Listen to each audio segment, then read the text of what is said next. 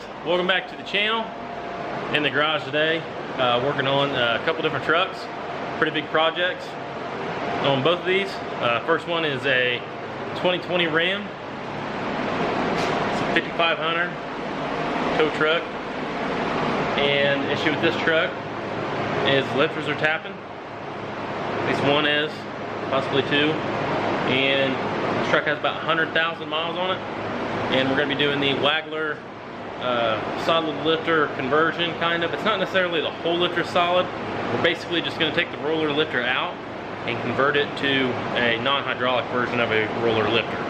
So along with that, we're going to have to change the rockers and possibly the camshaft. We're going to see what kind of shape it's in.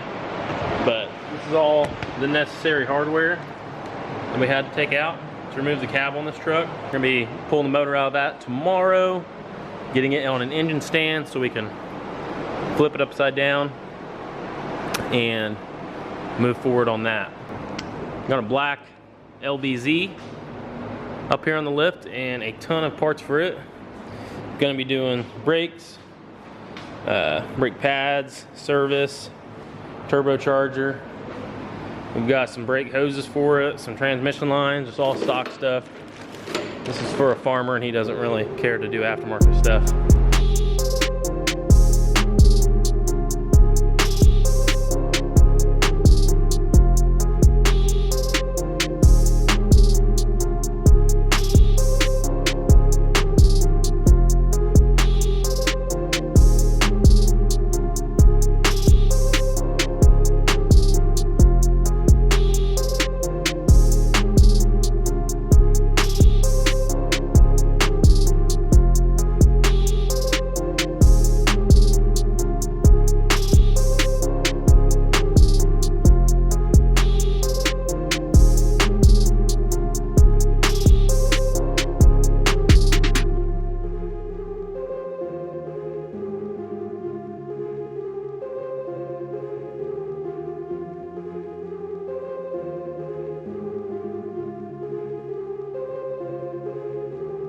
Truck back. I gotta crawl in there and put it in neutral because I was a ding dong, didn't do it when I was down there. Put her in neutral and try out our new regular cab lifting system and see how this goes. So this thing, if it sits for a couple days, it'll hard start because it's pulling air, and you can see how wet these fuel lines are back here, which this one's just the return, but it doesn't really mean anything. Oh, well, we're kind of wet here on our suction line. Yep, it's kind of wet right there. Okay, all right, we're gonna try and talk them into putting an air dog on it too while we're right here. These fuel lines are not in the best shape, so what we can do is we can just order some extra air dog hose, and we can actually just do away with all these all the way up to here and just replace them with air dog hose, because you can see kind of moist in here, kind of rusty there, you know. This is something that if it broke on the side of the road, it would really suck, so we'll just kind of try to address all these issues while we're here. Alright guys, we have got the engine pulled out of the 2020 and our kit should be here, I'm thinking today, to do our roller to solid lifter conversion. Gonna be pretty interesting. I want to try and document that. I'm actually probably going to do that in a separate video that we can post how to do that. So we got the engine out. It's gonna be a pretty controversial topic from a lot of people. I think they're gonna say that I should have just bought the tool and done it in the truck. And the thing that sucks about doing that is if you drop it, you're gonna have to do this anyways. So that's kind of where we're at on this. We got the motor pulled out and we're just at a standstill. This is everything that had to come off to get it to that point. A lot of parts. And as you guys can see, this truck has the Aisin trans in it. Big old PTO pump on the side for the lift bed.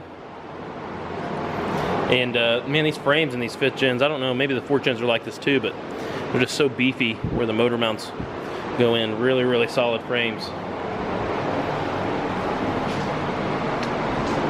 Jump out here, see what's going on. We got Steven's truck back. He got some new wheels and tires for it, and we're putting those on for him. And we're also doing a one-piece drive shaft conversion. I got the old one out and got the new one, but it was actually a packaging error. They shipped us the wrong one, The part number is correct on the box for a crew cab long, but the box itself is, or the drive shaft itself is wrong. So they're bringing us another one tomorrow, get us swapped out, and we'll see what Mason has going on out here. All right, Mason, what we got going on here? Dude, you just have to just do it. We've been doing YouTube videos for 3 years now. I know. You can't talk to the camera?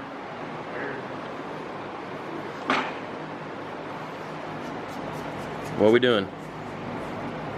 Well, we're doing a head gasket job on a little Duramax. LBZ. Started as a turbo job, but we could see some small external head gasket leaks where the heads meet the block. It wasn't making any pressure or anything, but you can see where it's leaking oil there on the corner. Right up in there. It wasn't making pressure, it probably ran a lot longer, but we're like, well, while we're here, it seems like that's how all jobs go here. It's like, while we're here, and it's, you know, a lot of this stuff, if he's wanting to use this truck to tow with, needs to be replaced. Old hoses and shit like this, they're just smoked, man. This one's got electrical tape around it right here. And, you know, this stuff just needs to be replaced. Head gaskets, I don't think have ever been done on this engine. Someone swapped this engine in, but turbo, head gaskets, ARP studs, the usual. Air dog on the way for new fuel lines. The fuel lines are really rusty and leaking, and I think that's pretty much it as far as that goes. This is just a farm truck, so it's not really gonna be anything aftermarket, just pretty much a stock build. Got a new O'Reilly special turbocharger here. Just a Garrett reman, just a stock reman. We have a ton of parts here for it. Brakes, rotors, calipers, lines, training lines. The good stuff. You gonna be real with it? What? About how you really just wanted to get an extra couple thousand out of it? Yeah, we really just, you know, we really just wanted to get as much money out of the job as we could, because that's what mechanics do, is just rip people off. We honestly just sprayed a little bit of oil down there and sent him a picture. We sprayed some oil down there, sent him a picture. It's pretty much how it goes. But no, in all seriousness, this gentleman wants to be able to use this truck. He wants to be able to take it, you know, out of state, full trailer, and we're just trying to make it solid for him.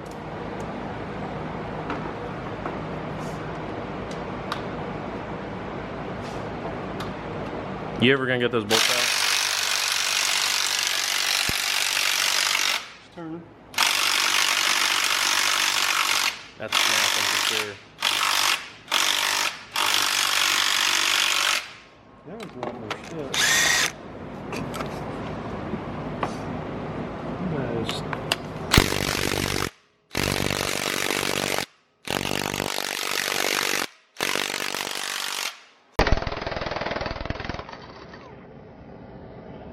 Love working on junk shit.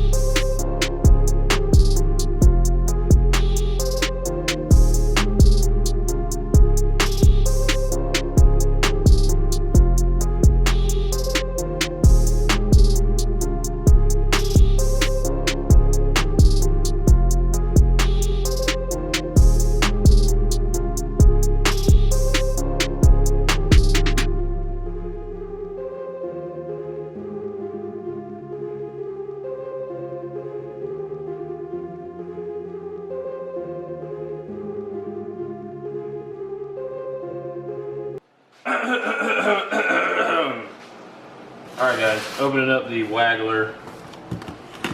Don't put my address in there, dude. Oh, my bad. The Waggler flat tappet, whatever you want to call it, solid lifter conversion. It's actually not what you think. It's still good, but it's not what you think it's gonna be. So these are just all the OEM Cummins rocker assemblies off of the earlier year, so on. So the valves will now be adjustable. Don't really feel like I need to show you guys those. I guess I can show you one of them.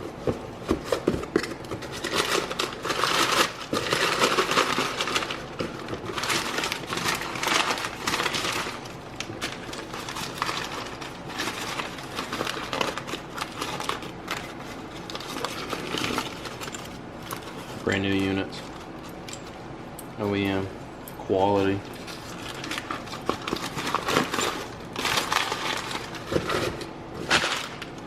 There's those.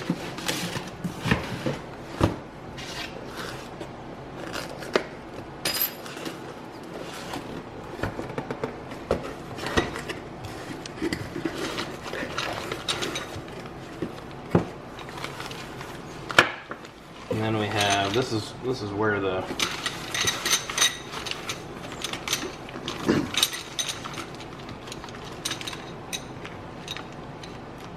we have these custom push rods, 2019 plus 24 valve lifter kit. Then we have these. So I guess in first glance you think that you're going to be just changing the whole roller lifter, and we're not. We're just going to be taking the hydraulic portion out of it, and it's still going to be a roller lifter. It's just going to be solid rather than hydraulic. So it's solid roller lifter is what it's going to be now.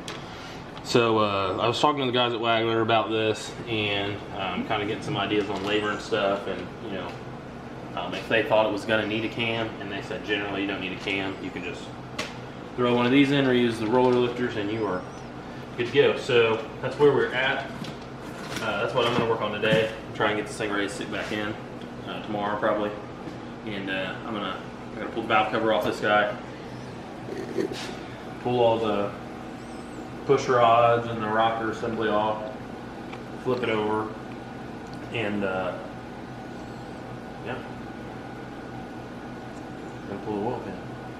It's gonna be a good day. Mason, let's go show Mason what we're doing today.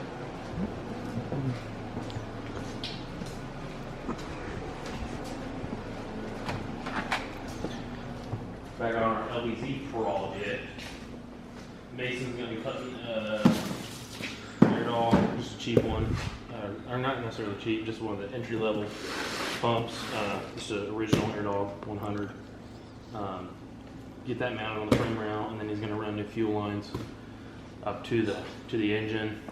Be putting a water pump on this guy today, and may start changing some of those transmission lines. So we'll see how far we can get, but we're gonna try to get a bunch knocked out today. And we got skid loader in here. We got tires. What? Skid loader back in here. Mm-hmm. Yeah, it's always broken, it seems. This thing's really turned into quite a. It's like always working on it. You can use it for 8 hours, and you got to work on it for 12. So we're probably going to stop using it as much as we do. There's a lot of stuff going on in the background that you guys on the channel don't really get to see. But we have a lot of, besides here at the shop and these work here, we have like a lot of big projects going on, and it's just, skid steer gets used a lot. And we're going to have to either upgrade it or something, or sell it and get something. I don't know. We're going to have to do something, but I'm tired of working on this thing all the time. So.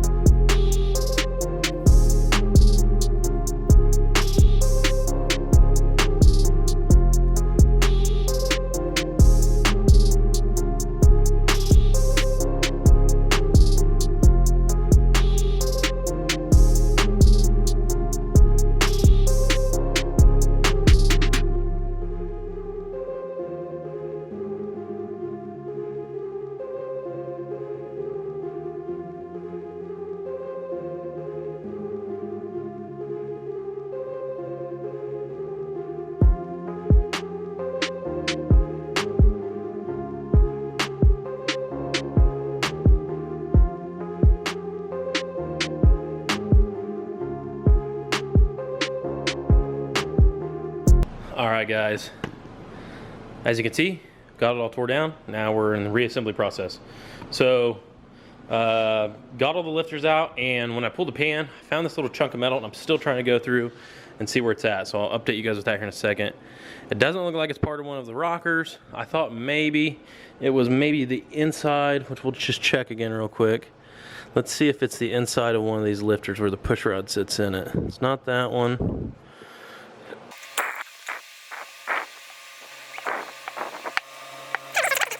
Unless this thing's already had a set of lifters put in it, and it's from the last time when they didn't clean them. That's the only thing I can think. I'm literally almost wondering if that's what happened, is that's from the last one.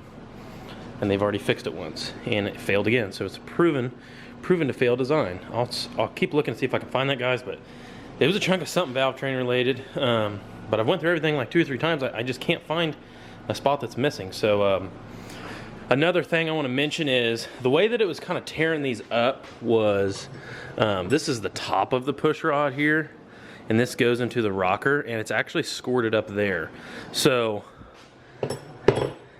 the roller portion of this is what actually rides on the camshaft. These rollers, they're all in good shape. I think what takes the damage is the rocker assemblies, the push rods. Those are what takes the damage. I would think that we would see, with this collapsing, the camshaft beating against that roller, but that is not the case, guys. The camshafts, cam looks fine. I don't feel any grooves on it on any of the lobes. I mean, everything just feels good, which obviously we're going to clean this stuff up really good, guys, and inspect it before we determine that we're going to reuse it. But that saves about $1,000 not having to put a cam in them. So if it's good, it's good, you know. If it's not, it's not. But I'm going to get all these parts cleaned up and start the reassembly process. On a couple of these lifters, I'll show you guys how we're going to swap them to basically not using hydraulics anymore. All right, guys, so the way this kit works, I'm going to try and get all this on camera. We have our roller lifter here. We're actually going to still be using this.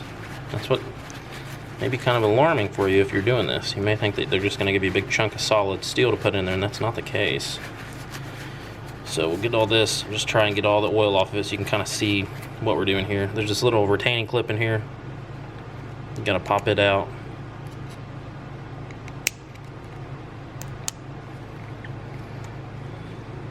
Be careful not to lose this. I'm sure that's an absolute pain to get one of these if you lose it.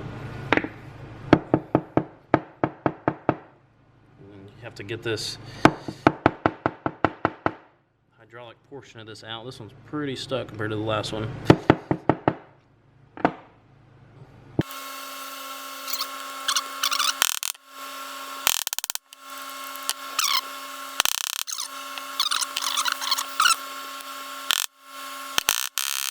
Wow, that was extremely more difficult to get out than the last one. But that's the first piece that comes out. And then this next piece will come out. Of course, it's going to be hard to get out too.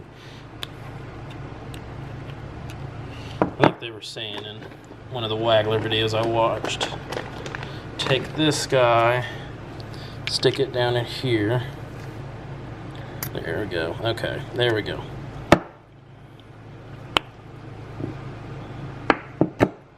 Then there's the spring. So those are the 3 pieces that we removed, and they go in just like this. You guys see that? Got the top piece the push rod rides in, the hydraulic portion of it, and then the spring. These 2 right here will get removed. They're going away. We take the piece here that Waggler provides. It gets dropped down in the bore. Put this piece back in. And then you reinstall the clip.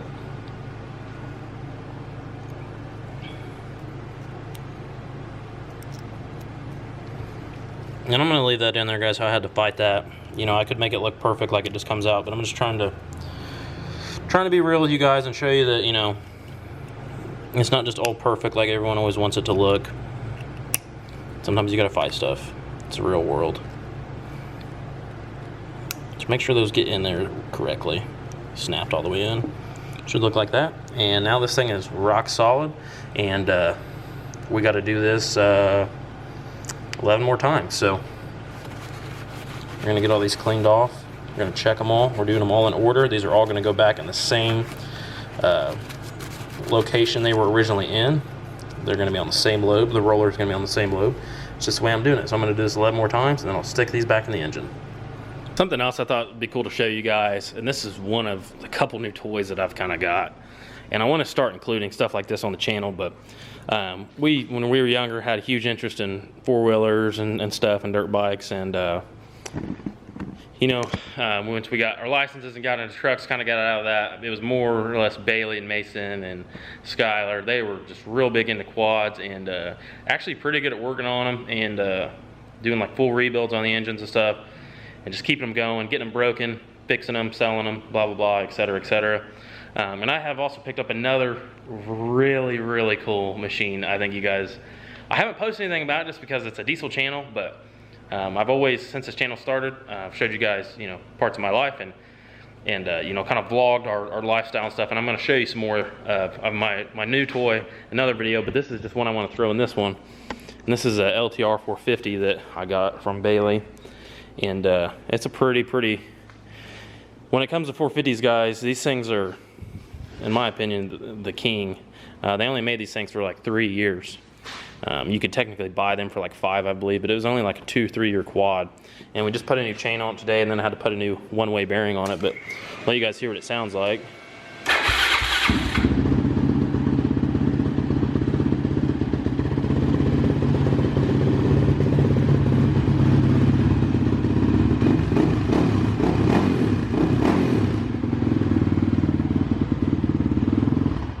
If you guys want to see more riding videos and stuff like that, leave a comment down below. We'll put some, and I want to do a full restoration on this quad actually. I feel like these ones are kind of hard to get, like I said, because they were only a couple year quad, but these things are just absolutely set up badass for pretty much everything. They're just a really, really comfortable 450, and they are so powerful stock. In my opinion, probably the most powerful LT or 450 you can get that year. Maybe I'm wrong. I don't know. The quad guys will comment, I'm sure, but I'm going to do a full restoration on that thing this winter, so I don't think it's going to go anywhere. But anyways, we'll get back to the truck stuff, and yeah, I just want to show that. Just wanted to throw that in the video. Alrighty, folks.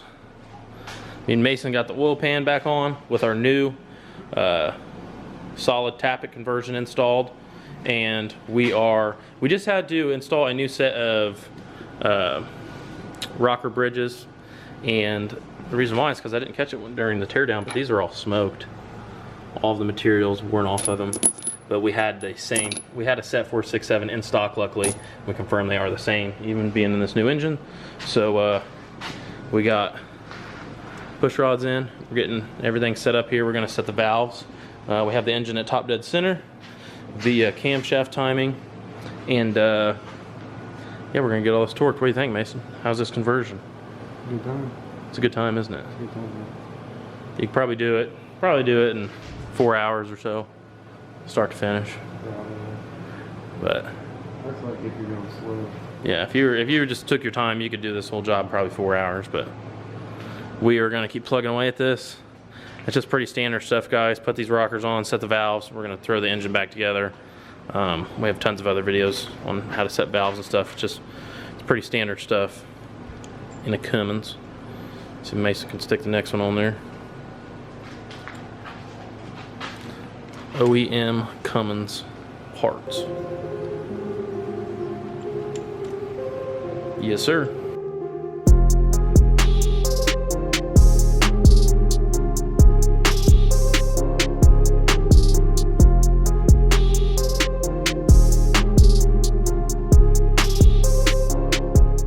Alrighty, guys, and wrapping up Monday.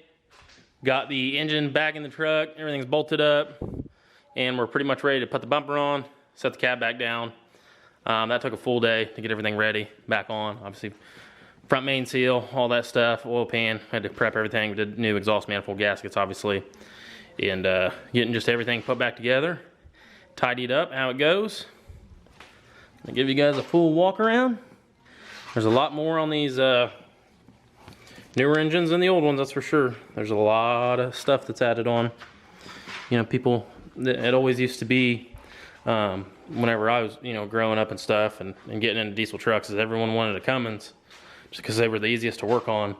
And if you guys are buying new trucks, that's not the case anymore. These trucks are absolutely just as complex as the other platforms, Duramax and Power Stroke nowadays. There's just a lot on these things, and it takes a lot of time to tear them down. So without further ado, that is going to conclude today. I am going to be getting some stuff moved around outside. I have got, obviously we're waiting on cylinder heads for this. He ended up just ordering new cylinder heads, so we'll start throwing that thing back together. Whole nother mess of stuff there. Whole slew of stuff, I guess you could say. Oh, I got a freaking huge itcher. Alright, but we have a LB7 out here. Ooh, there's a fox. Right there. What is up with me always catching these foxes? Hey, little guy. Hey, buddy. Hey, buddy. That is wild. What are the chances that I actually got that on camera? There's a den around here somewhere, guys. There has to be. I see the mom and the dad and all the time. That was definitely a baby. Just a little guy. He's like, what are you doing, fool? But I got my skid loader fixed finally. Guys, that thing has just been an absolute pain anymore to keep going. I'm just constantly having to hang parts on it, seems like. But our Cummins project, which we're going to be getting to soon, and then we have an LB7 back there that we're putting an engine in. That truck has been sitting for 5 years, and we are going to unload the engine, get it in here, and get it out of the weather, obviously, and we'll just kind of start checking it out. And I've been dying to show you guys something else too that we got on the channel nowadays, but I just haven't had time. The business lately has just been kind of controlling my life, and I'm trying to just get a grasp on it. And yeah, anyone in Central Indiana want a job? Maybe diesel mechanic? Someone want a job? Hit me up. Emails. No, I'm just kidding. Maybe, I don't know. Maybe I'm not. We are getting so busy, guys. I really don't have time to do all this anymore, and it's a blessing. Me and Mason is working 8 hours a night and coming in and you know, working sometimes 6, 7, 8 hours here helping me. So absolutely huge shout out to Mason. You guys really don't understand how much that dude does behind the scenes for the business. So and the channel and the YouTube channel, obviously. So show him some love. I'll put his Instagram right here. Give him a follow. Tell him he's cool. He needs some, you know. He's single too, if anyone's looking for, you know, a weird boyfriend. Whew. All right, guys. Wednesday now. We wrapped up the 5th gen yesterday. The only thing I'm waiting on is a new dipstick. The old dipstick was just really rusty right where it meets the block and actually snapped in half. The tube, not the dipstick itself, but the tube did. So I had to order a new one. Had to remove it, obviously, for what we were doing, and it just wouldn't come out without breaking. So I'll show you guys what this thing sounds like. Of course, like I said, we haven't really done any driving because the dipstick's broke, so I just got it sitting in there, but I'll show you what they sound like with the solid tappets. They're a little noisier, but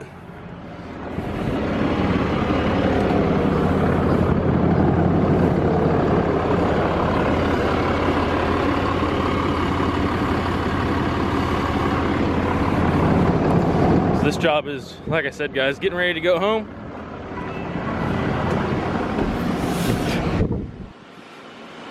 And we have our dreaded Eco Diesel back. We've done so much work to this truck. He said he has another coolant leak. I'm not looking forward to working on that thing. Getting pretty exhausted working on it, honestly. It's just never ending with the Eco Diesels, it seems like. I don't recommend them at all. I think they're a pretty bad platform. Jumping inside the shop here, we got Steven's truck back once again for some other work. We did a big lift kit on this truck a couple weeks ago, and as you can see, if you guys remember, he had different wheels and tires on it. He went with just a stock looking wheel and tire with a nice 35-inch aggressive mud tire, and it's in today because we're changing a wheel seal, and we are doing a one-piece drive shaft conversion. So I'll show you what comes out first over here in the mess. This is what comes out, 2-piece with the carrier bearing and all that. Trash, really. And then what goes back in is an aluminum. This is basically an OEM drive shaft straight from GM, and it is for a newer body style truck. So the frame and everything, all that's the same, guys. The only thing that you'll run into when you go to do this is the U-joint cap is generally a 1410 in the classic style trucks, and in the newer ones it's a 1480. So what we have to do in that scenario is run there's two options. You can either change that yoke to a 1480, which is an additional $700, or you can run a NEPCO conversion joint right here, and it's 1410 on one side, 1480 on the other, and that will adapt it to that yoke. And the most difficult part about this job is getting these plastic injection moldings out of this U-joint cap. It'll take me every bit of 40 minutes probably just to change this U-joint. You can't heat these so tight that it warps the drive shaft, and it's an expensive drive shaft, so you don't want to tear it up. But at the same time, you know, you have to get that stuff melted. Basically these plastic injections, you have to get those melted enough to get the caps out. So Mason is working on changing the axle shaft seal, and I am going to work on that. Well guys, we are about a week and a half into this video, and I'm gonna go ahead and call it. So I'm wrapping it up, getting it posted for you guys. Edited, all that takes quite a bit of time. Been editing for 2.5 hours now to get this ready to go for you guys. So get it posted, and yeah, I appreciate each and every one of you guys. Leave a like, subscribe to the channel, and we will see you guys very, very soon. Appreciate each and every one of you guys. See you later. See ya.